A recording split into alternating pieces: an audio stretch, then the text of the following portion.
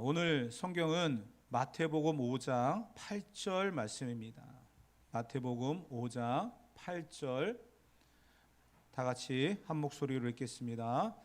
마음이 청결한 자는 복이 있나니 그들이 하나님을 볼 것이며. 아멘. 계속해서 우리가 이제 팔복을 보고 있습니다. 다음 시간에 팔복의 이제 마지막 정리를 하는 그런 시간을 가져보려고 하는데요. 오늘 본문에서 등장하고 있는 복은 하나님을 본다라는 것입니다. 하나님을 보는 것만큼 최고의 축복이 있을까요?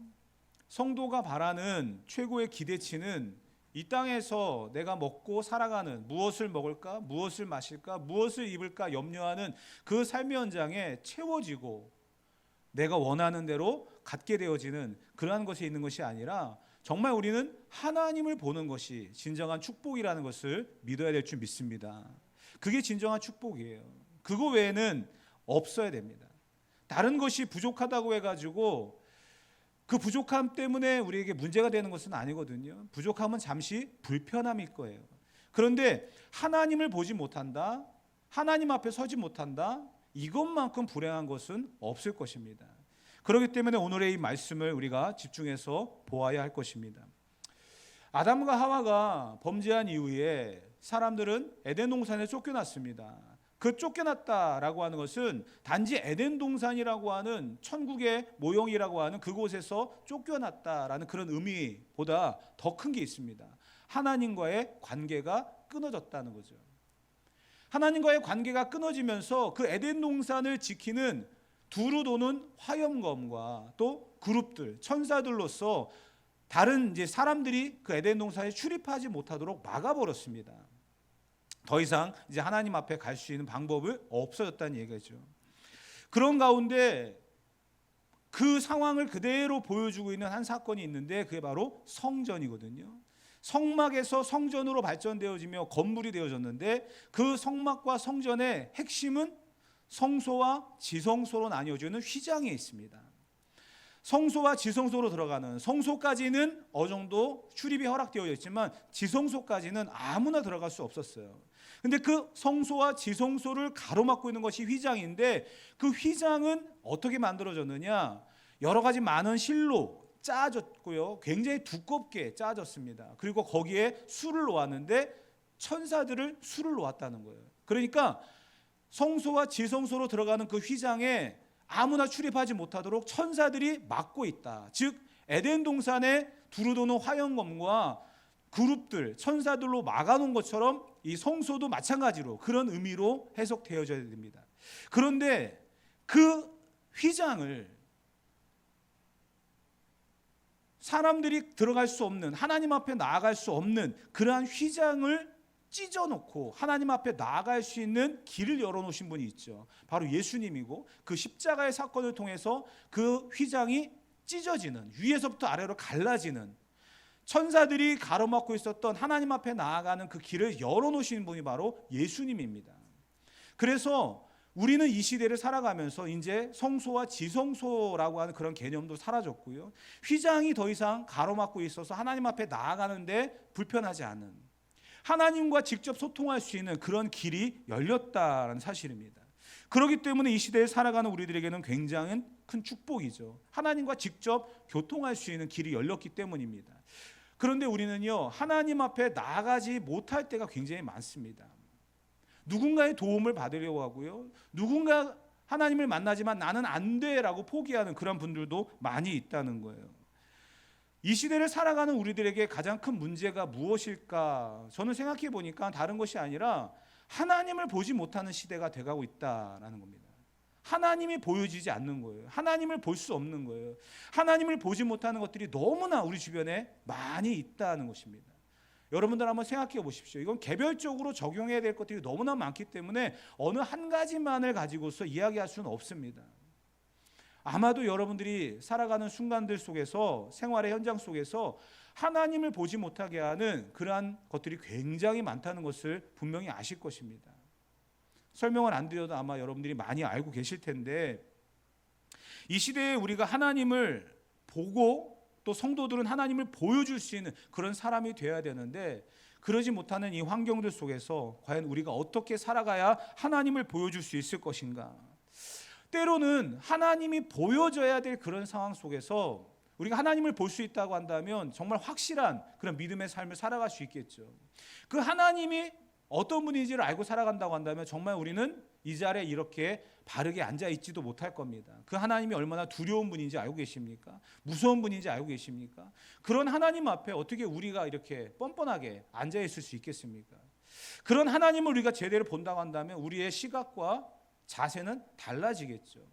어떻게 보면 하나님께서 우리에게 참 어려운 숙제를 내주신 것 같아요. 이스라엘 백성들이 출애굽해서 광야에 살아갈 때 그들의 가장 큰 문제는 우리를 여기까지 인도한 하나님을 보지 못했다는 거예요. 그래서 모세가 시내산에 올라가서 십계명을 받고 있는 그때에 아론에게 부탁을 합니다. 우리에게 하나님을 만들어 달라고. 그래서 금붙이를 갖고 와가지고요 금송아지를 만듭니다. 그리고 그 금송아지가 하나님이다라고 이야기하니까 사람들이 그 앞에 막 절을 하고 난리가 났습니다. 모세가 시내산에 내려왔습니다. 정말 어이없는 일이 벌어진 거죠. 자기가 지금 하나님을 만나고 왔는데 내려와 보니까 사람들이 금송아지를 만들어 놓고 그걸 하나님이라고 믿고 있다는 거예요. 두 돌판을 깨버리고 그 금송아지를 갈아서 사람들한테 먹여버렸습니다. 그리고 다시 산으로 올라갑니다. 그 산에 누가 있어요? 하나님이 계시기 때문에. 만약에 하나님께서 그때에 모세에게 모세야 내버려둬라, 저게 하나님이라고 했으니까 그대로 잘 섬기게 내버려둬라 라고 했으면 어떤 일이 벌어졌을까요? 지금 그 송아지가 그대로 있을 거예요. 그리고 우리는 거기를 가야 돼요. 왜? 그게 하나님이니까. 지금도 많은 종교들은요 그런 모양을 만들어 놓습니다. 모양을 만들어 놓고 심지어는 그 모양을 만들어 놓은 상태에서 자기는 먹을 거 먹지 못하면서 꽃을 갖다 바치고 쌀을 갖다 바치고 심지어는요 얇은 금박 그걸 갖다가 막 붙여요. 자기는 평생 금 귀걸이, 금 반지 해본 적도 없는 사람들이 그 만들어 놓은 그 신상에 금을 갖다 바르면서 최고의 정성을 쏟아내는 것을 그걸 보게 되어집니다. 하나님께서 만약에 자기의 모습을 그렇게 형성화해서 만들어 놓으셨다라고 한다면 아마 우리도 그런 행동들을 지금도 하고 있겠죠. 근데 하나님께서는요 어떠한 형상으로든지 만들지 말라고 했어요. 왜 그럴까요? 자, 옆에 계신 분들 한번 이렇게 한번 힐끗 한번 보세요. 째려보지는 마시고 사랑스러운 눈초리를 힐끗 한번 보세요. 옆에 계신 분들이 바로 하나님의 형상을 닮은 내가 사랑을 해야 될 그런 대상이라는 거예요. 만약에 어떤 형상을 만들어 놓고 그 형상 앞에 집중하라고 했다면 지금도 문제가 심각해졌을 것입니다. 그러나 가장 먼저 옆에 있는 내 이웃을 하나님의 형상대로 만드셔가지고 그 형제를 이웃을 사랑하게 만드셨고요. 보이지 않는 하나님이 계시기 때문에 그 보이지 않는 하나님이 내가 어느 곳에 머물든지 간에 하나님을 바라볼 수 있게 하셨다는 사실이에요. 우리가 그것을 알고 살아가야 된다라는 사실입니다. 하나만 더, 한 번만 더 여러분들에게 요구하겠습니다. 옆에 계신 분들 한번 이제는 제대로 한번 봐보세요. 살짝 보는 게 아니라 제대로 한번 봐보세요. 하나님이 보입니까? 정말 보이세요? 네, 대단하십니다. 정말 보이시죠? 네, 거짓말 하시면 안 됩니다. 하나님이 보여야 되는데도 불구하고 하나님이 보이지 않는 이유가 뭘까요? 오늘 본문의 그 답을 이야기합니다. 마음이 청결하지 않다. 마음이 청결하지 않다는 거예요. 만물보다 심히 부패한 것이 사람의 마음입니다. 마음이 청결하지 않기 때문에 하나님이 보이지 않는 거예요. 그 답을 이미 우리 가슴에 새기고 이 말씀을 계속 들을 텐데요. 팔복은 마음에 대한 이야기입니다. 물론 시작을 천국으로 시작해서 마지막을 천국으로 마무리합니다. 그러니까 천국에 들어갈 자가 어떠한 사람인가라는 것을 이야기하는 거거든요. 그런데 그 핵심은 마음에 있습니다. 마음. 심령의 가난함, 애통하는 마음, 의에 줄이고 목마른 마음, 온유한 마음, 긍휼히 여기는 마음, 마음에 있다는 거예요. 오늘도 마음의 청결함에 대한 이야기를 하고 있습니다. 그런데 우리는 이 마음이 청결하지 않은, 심지어는 성경이 뭐라고 얘기하냐면 두 마음을 품고 있을 때가 있다라고 이야기합니다.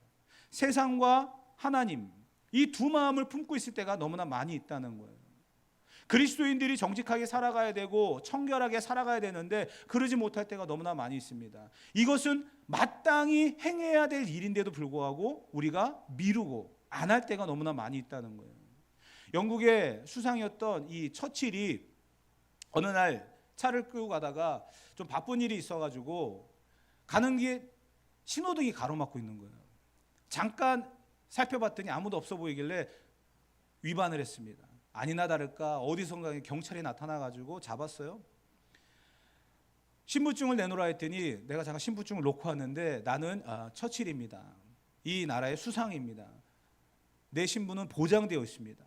그랬더니 경찰이 하는 말이 당신이 정말 처칠이라고 한다면 신호위반 안 했을 겁니다. 당신은 신호위반을 했기 때문에 처칠이 아닙니다. 가짜라는 거죠.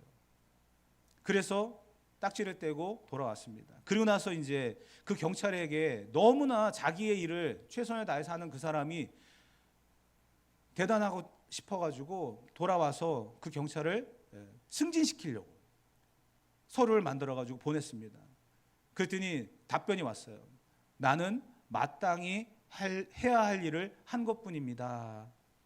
승진을 거부했어요. 여러분, 그리스도인이 이 땅을 살아가면서 마음이 청결하지 않고 정직하지 않고 두 마음을 품으며 살아간다는 거, 이것만큼 잘못된 게 없습니다. 세상에 속하여 살아가지만 그 가운데서 그리스도인은 하나님의 사람이라는 것을 잊지 않아야 되고요. 내 마음의 중심이 어디를 향해 있어야 되는지를 우리는 분명히 선을 긋고 살아갈 수 있어야 된다는 거예요. 성경은 두 마음을 품은 자들에 대하여 육체의 소욕을 따라가느냐 성령의 소욕을 따라가느냐라고 이야기합니다. 바울은 죄와 사망의 법이 생명의 성령의 법과 날마다 싸운다라고 하며 자기 안에 있는 두 마음이 계속해서 싸우고 있다. 그러나 생명의 성령의 법이 나를 주관하기를 원한다라고 고백을 하고 있습니다. 그만큼 우리 마음 속에는요, 두 마음이 언제나 싸우고 있다는 거예요. 그 마음 속에서 우리는 청결한 마음, 하나님이 기뻐하시는 그런 마음으로 살아가야 됩니다. 그래야만 하나님을 볼 수 있다라는 사실이죠. 야고보서 4장 8절 말씀을 다 같이 한번 읽어보도록 하겠습니다. 읽겠습니다. 하나님을 가까이 하라. 그리하면 너희를 가까이 하시리라. 죄인들아 손을 깨끗이 하라. 두 마음을 품은 자들아 마음을 성결하게 하라. 아멘. 하나님을 가까이 하면 더 하나님이 나를 가까이 해준다는 거예요. 그러면서 내 안에 두 마음을 품은 것을 내려놓으라는 거예요. 두 마음을 어떻게 내려놓을 수 있습니까? 답이 있었어요. 마음을 성결하게 하라는 거예요. 마음을 성결하게 할 때에 그곳에서 하나님의 사람으로서 두 마음이 아닌 온전한 마음으로 살아갈 수 있게 되어진다는 사실입니다. 하나님 앞에 우리는 이러한 마음을 가지고 살아가야 되는데 우리의 생각이 굉장히 복잡합니다. 우리의 생각이, 우리의 환경이 우리를 내버려두지 않을 때가 너무나 많이 있다는 거예요. 가치를 어디에 두느냐에 따라서 이 부분도 우리가 수정할 수 있고요. 얼마든지 바꿀 수 있습니다. 제가 어디를 가게 되어지면 저는 우리 교회 성도님들을 자랑을 많이 합니다. 자랑거리가 많거든요. 그런데 오늘은 우리 교회이기 때문에 제가 성도들 자랑보다는 다른 외부의 분을 한번 이야기해 보려고 합니다. 제가 부목사로 있을 때 그 교회는 굉장히 큰 교회였어요. 그런데 돈도 많고 일할 사람도 많지만 일을 어떻게 할 줄도 모르고 그 돈을 어떻게 써야 될지도 모르는 그런 교회였습니다. 교회에 부임하자마자 담임 목사님께 말씀을 드려가지고 교회가 에너지를 좀 발산을 해야 되는데 선교에 좀 집중했으면 좋겠습니다. 우리 선교하고 있는데 그 선교사 후원하는 거 말고요. 선교를 직접 가서 선교를 경험하고 그리고 그 세계관을 넓혀야 된다고 생각합니다. 그래서 첫 선교를 가게 되어졌습니다. 2009년도였어요. 필리핀을 정해놓고 선교팀을 모집을 했는데 45명이 신청을 했어요. 그 교회에 있어서 엄청난 일이었죠. 그런데 그 가운데 한 분이 문제가 있었어요. 해외여행인 줄 알고 신청을 했다가 이게 선교입니다. 3개월을 훈련을 시키고 떠나는 과정 속에서 이분이 선교란 이런 거구나라는 생각이 좀 바뀌게 된 그런 한 장로님이 계셨는데, 사회적으로도 굉장히 탄탄한 직업을 갖고 있었고 또 그 회사에서 이사의 직분을 갖고 있었기 때문에 금전적으로도 문제가 없는 그런 분이었습니다. 항상 그분의 마인드는 이거였어요. 기업은 이윤을 추구해야 된다. 그러니까 기업은 무언가 일을 하게 되어지면 마진이 있어야 되고 그 마진으로 계속 운영해 나가야 된다. 마이너스가 되면 안 된다는 이야기예요. 어떻게 해서든지 그 기업을 운영하기 위해서는 그런 마인드로 해나가야 된다. 그래서 굉장히 그분은 기업을 맡았을 때마다 잘 성장치고 가더라고요. 굉장히 잘 일을 세상적인 일도 굉장히 잘하셨던 분이었어요.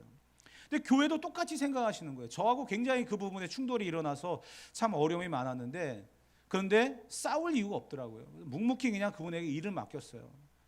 선교팀이 무엇이 필요한지 던져놓고 PPT 준비하십시오, 서류 준비하십시오 했더니 너무나 준비를 잘 하시더라고요. 교회가 설득이 되어지고 이해가 되어지고 해서 지원도 많이 받고, 그리고 선교를 출발하게 되어졌습니다. 필리핀에 갔습니다. 굉장히 불편합니다. 필리핀은 지금 우리가 지금 누리고 있는 이런 환경과는 전혀 다른 곳입니다. 딴 세상입니다. 그 어려운 환경에 이 장로님이 도착을 해가지고 하루 이틀 사흘 나흘 계속 선교 활동을 하면서 생각이 바뀌고 시각이 바뀌고 그러기 시작하더라고요. 그러면서 어느 한 교회를 갔는데 그 교회 앞에는 웅덩이가 있었는데 교회 앞에 모든 쓰레기를 다 갖다 버린 거예요. 그러니까 물 색깔은 상상이 가시겠죠. 냄새도 진동을 하고요. 그 웅덩이 때문에 그 마을의 위생 상태는 엉망인 그런 곳이 있었습니다. 근데 이 장로님이 선교를 한 사흘 정도 지나고 나니까 마음에 감동이 생기셨는지 이 웅덩이를 자기가 개인적으로 메우겠다는 거예요. 당시에 한 1,000만 원 정도 들어가는 그런 비용이었습니다. 장로님 이거 감당하실 수 있겠습니까? 하실 수 없는데 하겠다라고 하셔가지고 괜히 이분들의 기대감을 무너뜨리지 마십시오. 이분들은 약속한 거 꼭 지켜야 됩니다. 네, 반드시 하겠습니다. 그리고 그분은 한국에 돌아와서 1,000만 원을 헌금을 하고 그 교회 앞에 웅덩이는 다 메워졌습니다. 그 교회에서 선교 편지가 왔어요. 너무나 감사하다고. 그 장로님이 이런 일을 해주셔서 이렇게 되었다고. 그 선교 편지를 받고 선교팀이 모여서 이야기를 나누는데 장로님이 편지를 다시 쓰겠다는 거예요. 뭐라고 쓰려고 그럽니까? 했더니 모든 것은 하나님이 하셨습니다. 내가 한 게 아닙니다. 나에게 마음을 감동을 주셨고 그 물질을 헌금할 수 있게 하셨던 것도 하나님이 하신 겁니다. 생각이 바뀌기 시작하는 거예요. 선교팀들 다 모아놓고 회식을 하면서 이 장로님이 한마디를 하겠다라고 하시길래 하시라고 기회를 드렸습니다. 지금까지 자기의 마인드는 이윤을 남기고 다른 사람에게 피해를 주더라도 나만 살아야 된다라고 하는 그런 생각이었는데, 이 선교를 통해서 내 생각이 바뀌고 내 마음이 바뀌었습니다. 내가 드러나는 것이 아니라 하나님이 드러나야 된다라고 생각합니다. 그리고 앞으로 그렇게 살아가겠습니다. 모든 선교팀 앞에서 이런 고백을 했고 많은 선교팀원들이 그 장로님의 그 모습을 보면서 다 동일하게 이야기하더라고요. 하나님은 살아계십니다. 사랑하는 성도 여러분, 하나님을 보여준다라고 하는 것은요 엄청난 게 아니에요. 하나님을 볼 수 있다, 이것은 허락되어진 축복입니다. 마음이 청결한 자는 복이 있나니 저희가 하나님을 볼 것이요. 내 마음이 아직까지 청결하지 않기 때문에 하나님을 볼 수 없는 거예요. 이것은 관계의 문제라고 말씀을 드렸죠. 여러분, 부부가 있는데 남편이 아내를 바라보는 거 당연한 거 아닙니까? 아내가 남편을 바라보는 거 당연한 거 아닙니까? 그런데 그 둘 사이에 또 다른 남자가 있고 또 다른 여자가 있다고 한다면 그 부부관계가 정상입니까? 아니잖아요. 하나님과의 관계도 마찬가지입니다. 하나님과 우리의 관계에 또 다른 무언가가 들어와서 두 마음이 생겨서 하나님을 볼 수 없다, 그 관계가 깨졌다. 누구 책임일까요? 우리는 분명히 우리 스스로를 돌아볼 수 있는 지혜가 있어야 될 줄 믿습니다. 신앙은 굉장히 단순한 거예요. 어려운 게 아니에요. 하나님과 함께 살면서 그의 성품을 경험하고 그분께 더 가까이 나아가는 것, 그게 우리들이 해야 될 신앙의 길입니다. 내 마음속에 하나님을 품고 그분을 더 깊이 알아가는데 최선을 다하는 것, 그것이 바로 그러지 못하는 삶을 애통해하면서 몸부림치면서 내가 어떻게 하면 하나님을 보여줄 수 있는, 하나님을 경험하며 살아갈 것인가, 하나님 외에 내가 사랑하는 것이 무엇인가, 그것을 다 내버리고 오직 하나님만을 사랑하는 삶으로 살아가는 것, 그게 바로 신앙생활이에요. 버리고 다듬고 그러면서 오직 하나님만을 바라볼 수 있게 하는 것, 그게 바로 저와 여러분들의 삶의 모습이 되어야 된다는 겁니다.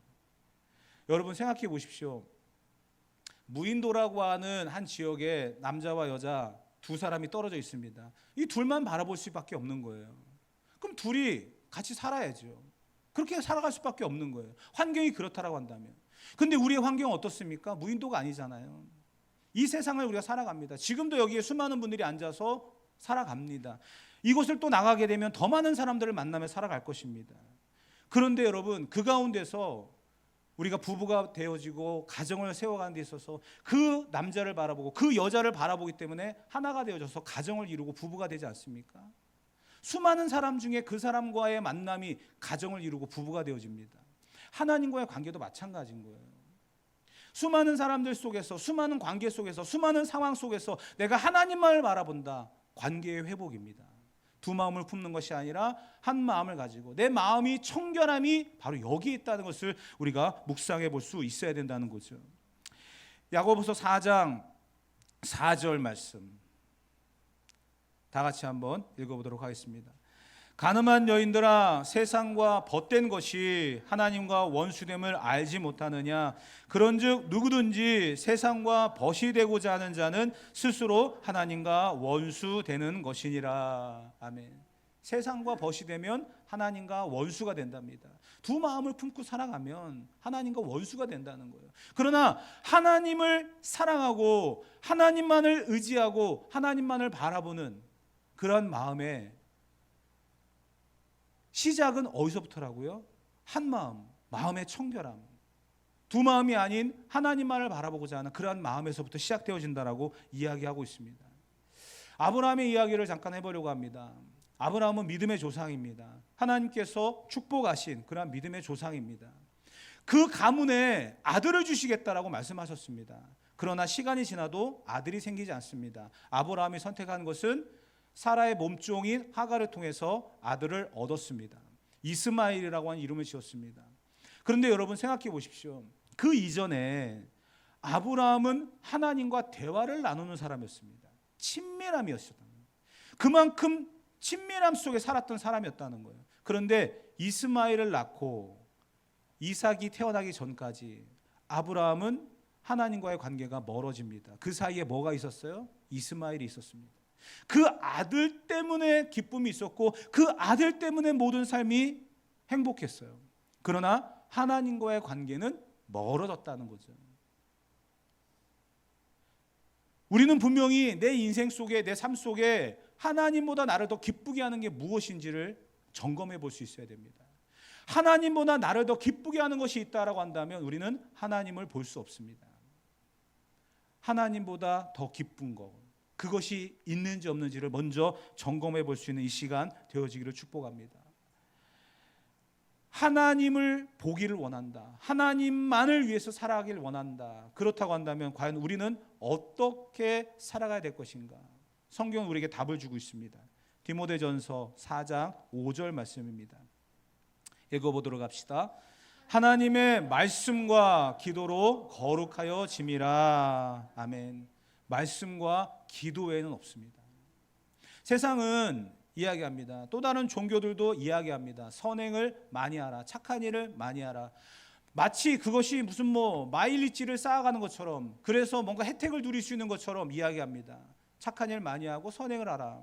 나쁜 이야기는 아니죠. 그렇게 살아야 되는 것도 당연한 이야기일 것입니다. 그러나 성경은 이야기합니다. 착한 일을 많이 하고 선행을 한다고 해가지고 구원을 받는 게 아니라는 거예요. 착한 일을 많이 하고 선행을 많이 한다고 해가지고 마음이 청결해지는 것도 아니라는 거예요. 거룩이라고 하는 이러한 단계에 이르기 위해서는요, 반드시 하나님의 말씀과 기도가 동반되어져야 된다는 사실입니다.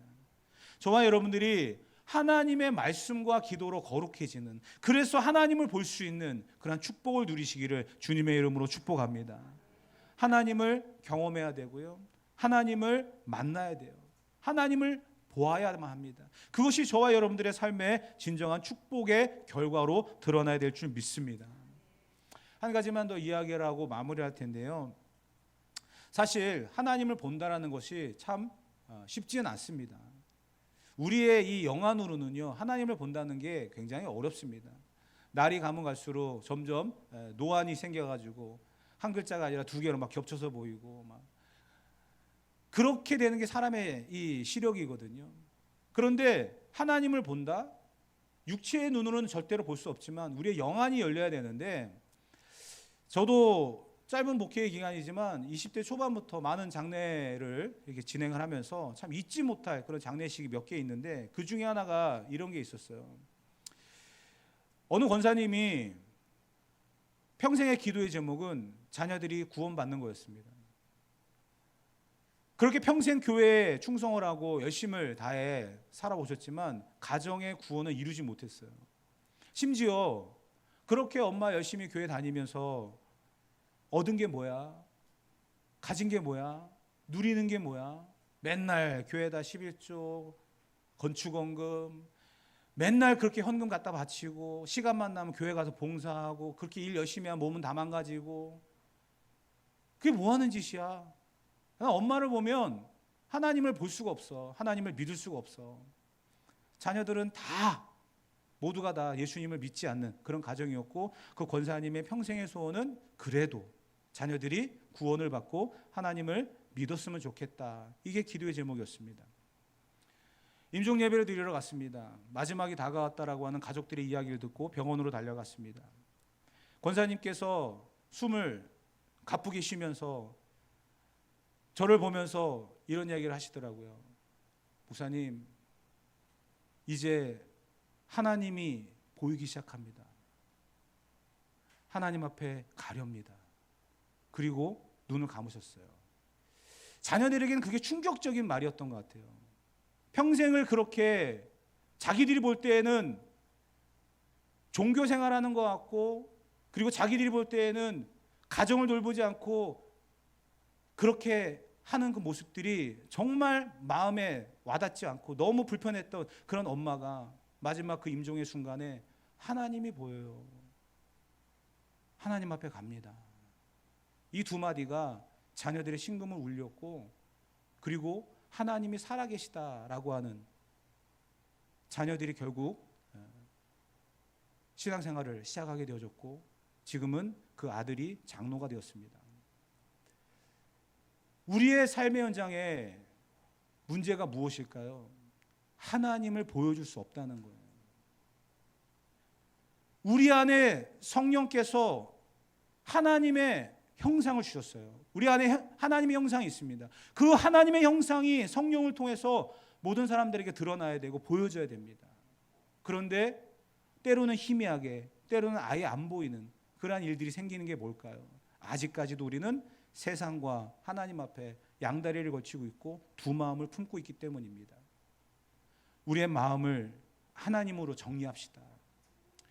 하나님을 향하여 우리의 마음을 정리할 때 그곳에 하나님이 보여지는 그러한 역사들이 일어날 줄 믿습니다. 성경을 한 군데 읽고 마무리하겠습니다. 시편 24편 3절입니다. 먼저 제가 한번 읽어드리고 다음에 여러분들이 한 목소리로 읽으시길 바랍니다. 여호와의 산에 오를 자가 누구며 그의 거룩한 곳에 설 자가 누구인가? 곧 손이 깨끗하며 마음이 청결하며 뜻을 허탄한 데에 두지 아니하며 거짓 맹세하지 아니하는 자로다. 그는 여호와께 복을 받고 구원의 하나님께 의를 얻었으니 이는 여호와를 찾는 족속이요 야곱의 하나님의 얼굴을 구하는 자로다. 이제는 여러분들이 한번 읽고 마무리하도록 합시다. 이것이 바로 마음의 청결한 자의 삶의 고백입니다. 다 같이 읽어봅니다. 여호와의 산에 오를 자 누구며 그의 거룩한 곳에 설 자가 누구인가? 곧 손이 깨끗하며 마음이 청결하며 뜻을 허탄한 데에 두지 아니하며 거짓 맹세하지 아니하는 자로다. 그는 여호와께 복을 받고 구원의 하나님께 의를 얻는 이는 여호와를 찾는 족속이요 야곱의 하나님의 얼굴을 구하는 자로다. 아멘.